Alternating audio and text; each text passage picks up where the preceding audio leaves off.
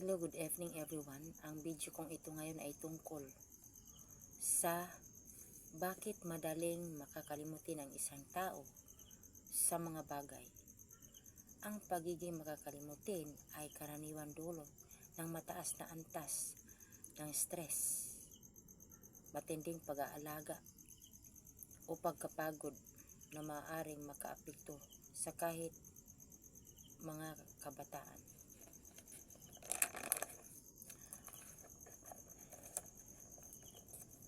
Una, ang stress. Ito ay humahadlang sa utak na mag-focus at mag-imbak ng impormasyon.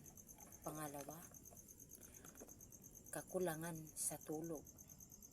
Ang utak ay nangangailangan ng sapat na pahinga upang ayusin ang mga alaala.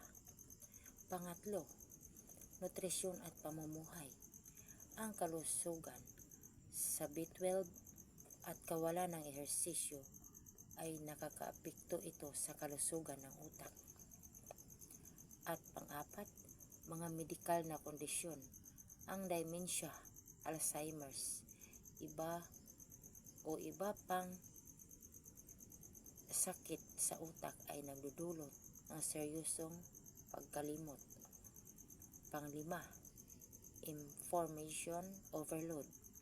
Masyadong maraming ginagawa o iniisip sabay-sabay. At paano rin ito maiiwasan sa pagiging makakalimutin? Una, sapat na tulog. Siguraduhin may 7 o 8 hours na oras ang tulog gabi-gabi. Pangalawa, bawasan ang stress. Maglaan ng oras para mag-relax. Pangatlo, ayusin ang diet.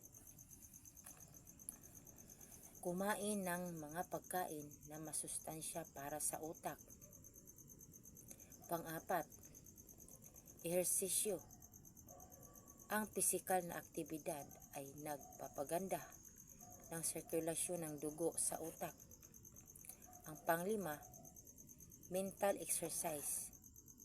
Magbasa, magpasol, o matutong bagong bagay para mapanatiling aktibo ang utak. At yan lamang po. Magandang araw po sa inyong lahat.